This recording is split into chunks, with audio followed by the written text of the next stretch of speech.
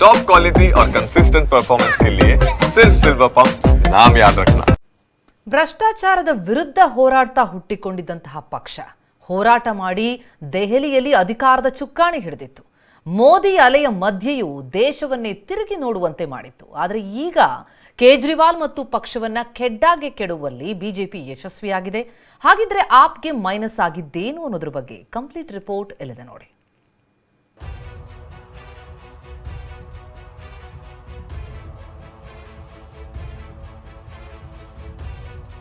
ಇಪ್ಪತ್ತೇಳು ವರ್ಷಗಳ ಬಳಿಕ ದೆಹಲಿ ಜನ ದಿಲ್ ಗೆದ್ದ ಬಿಜೆಪಿ. ಆಡಳಿತ ವಿರೋಧಿ ಅಲೆ, ಭ್ರಷ್ಟಾಚಾರದಿಂದ ಕೊಚ್ಚಿ ಹೋದ ಎಎಪಿ.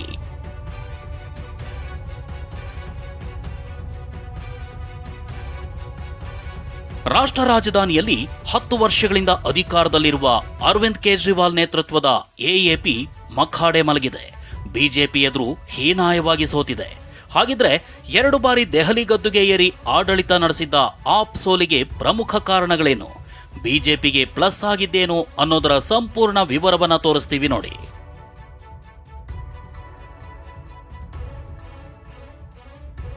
ಹತ್ತು ವರ್ಷಗಳ ಆಡಳಿತ ವಿರೋಧಿ ಅಲೆ.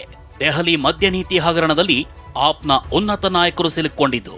6 ಫ್ಲಾಗ್ ಸ್ಟಾಪ್ ರಸ್ತೆಯಲ್ಲಿ ಅರವಿಂದ್ ಕೇಜ್ರಿವಾಲ್ ಅವರ ನಿವಾಸ ಶೀಶ್ ಮಹಲ್ ನಿರ್ಮಾಣದಲ್ಲಿ ಅದ್ಧೂರಿ ಖರ್ಚು ನಡೆದಿದೆ ಎಂಬ ಆರೋಪ. ಒಂದರ ಹಿಂದೆ ಒಂದರಂತೆ ಕೇಳಿಬಂದ ಭ್ರಷ್ಟಾಚಾರ ಆರೋಪದಿಂದ ಕೇಜ್ರಿವಾಲ್ ಜನಪ್ರಿಯತೆ ಕುಸಿತ. ಭ್ರಷ್ಟಾಚಾರ ಆರೋಪದಲ್ಲಿ ಆಪ್ನ 2 ಪ್ರಮುಖ ನಾಯಕರು ಜೈಲಿಗೆ ಹೋಗಿದ್ದು ಪಕ್ಷದ ಮೇಲಿದ್ದ ಸಾರ್ವಜನಿಕರ ನಂಬಿಕೆಯನ್ನ ದುರ್ಬಲಗೊಳಿಸಿತು. ಬಿಜೆಪಿ ತನ್ನ ಸರ್ಕಾರದ ಕಲ್ಯಾಣ ಯೋಜನೆಯನ್ನ ನಿಲ್ಲಿಸುತ್ತೆ ಮತ್ತು ಹರಿಯಾಣ ಸರ್ಕಾರ ಯಮುನಾ ನದಿಗೆ ವಿಷ ಬೆರೆಸ್ತಾ ಇದೆ ಅನ್ನೋ ಆಪ್ ಭಯ ಹುಟ್ಟಿಸೋ ಹೇಳಿಕೆಗಳು ತಿರುಗುಬಾಣವಾದವು. ಅಲ್ಲದೆ ಆಪ್ ಮತ್ತೆ ಅಧಿಕಾರಕ್ಕೆ ಬಂದ್ರೆ ಮಹಿಳೆಯರಿಗೆ ಪ್ರತಿ ತಿಂಗಳು 2100 ರೂಪಾಯಿ ನೀಡೋದಾಗಿ ಭರವಸೆ ನೀಡಿತು. 2023ರಲ್ಲಿ ಆಪ್ ಅದೇ ಯೋಜನೆಯಲ್ಲಿ 1000 ರೂಪಾಯಿ ನೀಡುವ ಭರವಸೆಯನ್ನ ಈಡೇರಿಸಿರಲಿಲ್ಲ. ಆಪ್ ಹಿಂದುತ್ವದ ವಿಚಾರದಲ್ಲಿ ಕೊನೆವರೆಗೂ ಒಂದು ಸ್ಪಷ್ಟ ನಿಲುವು ತೆಗೆದುಕೊಳ್ಳಲಾಗಲಿಲ್ಲ. ಇದು ಬಿಜೆಪಿಗೆ ಲಾಭವಾಯಿತು. ಇನ್ನು ಆಪ್ ಪಕ್ಷದೊಳಗಿನ ಆಂತರಿಕ ಭಿನ್ನಾಭಿಪ್ರಾಯ, ಅನೇಕ ನಾಯಕರ ಬಂಡಾಯ ಆಪ್ಗೆ ಮುಳುವಾಗಿದೆ.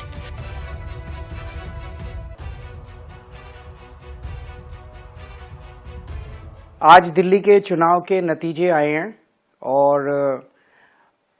जनता का जो भी निर्णय है, जनता का जो भी फैसला है, उसे हम पूरी विनम्रता के साथ स्वीकार करते हैं. जनता का निर्णय सर माथे पर. मैं भारतीय जनता पार्टी को इस जीत के लिए बहुत बहुत बधाई देता हूं.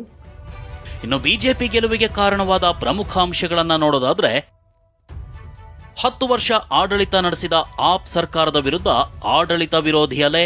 ಆದಾಯ ತೆರಿಗೆ ಮಿತಿಯನ್ನ 12 ಲಕ್ಷಕ್ಕೆ ಹೆಚ್ಚಿಸುವ ಮೂಲಕ ಕೇಂದ್ರ ಬಜೆಟ್ನಲ್ಲಿ ಮಧ್ಯಮ ವರ್ಗವನ್ನ ಕೇಂದ್ರೀಕರಿಸಿದ್ದು. ಅಲ್ಲದೆ ಆಪ್ನ ಹಾಲಿ ಇರುವ ಯಾವುದೇ ಯೋಜನೆಗಳನ್ನ ನಿಲ್ಲಿಸಲ್ಲ ಅಂತ ಮೋದಿ ಭರವಸೆ ನೀಡಿದ್ದು. ಡಬಲ್ ಇಂಜಿನ್ ಸರ್ಕಾರದ ಭರವಸೆ. ಕೇಜ್ರಿವಾಲ್ ಮತ್ತು ಸಚಿವರ ಮೇಲಿನ ಭ್ರಷ್ಟಾಚಾರ ಆರೋಪ. ಯಮುನಾ ನದಿ ಸ್ವಚ್ಛಗೊಳಿಸುವಲ್ಲಿ ಆಪ್ ಸರ್ಕಾರ ವಿಫಲವಾಗಿದ್ದು ಮತ್ತು ವಾಯು ಮಾಲಿನ್ಯ. ಇನ್ನು ವಿನಾಶ ಎಂಬ ಅರ್ಥ ನೀಡುವ ಆಪ್ದಾ ಪದವನ್ನ ಮೋದಿ ಸೃಷ್ಟಿಸಿ ವಾಗ್ದಾಳಿ ನಡೆಸಿದ್ದು. ಇಂಡಿಯಾ ಒಕ್ಕೂಟದಲ್ಲಿದ್ರೂ ಕಾಂಗ್ರೆಸ್ ಮತ್ತು ಆಪ್ ನಡುವಿನ ಕದನ ಇವೆಲ್ಲವೂ ಬಿಜೆಪಿ ಗೆಲುವಿಗೆ ಕಾರಣವಾದವು. मैं बार बार बताते गया, लेकिन उनके दिमाग में नहीं आया. धन और दौलत इसमें बह गया है. ಒಟ್ಟಾರೆ ಪೊರಕೆಯನ್ನ ಪಕ್ಷದ ಚಿಹ್ನೆಯಾಗಿಸಿಕೊಂಡು ಭ್ರಷ್ಟಾಚಾರವನ್ನ ಗುಡಿಸಿ ಹಾಕೋದಾಗಿ ಅಧಿಕಾರ ನಡೆಸಿದ್ದ ಆಪ್ಗೆ ಅದೇ ಭ್ರಷ್ಟಾಚಾರ ಮುಳುವಾಗಿದೆ.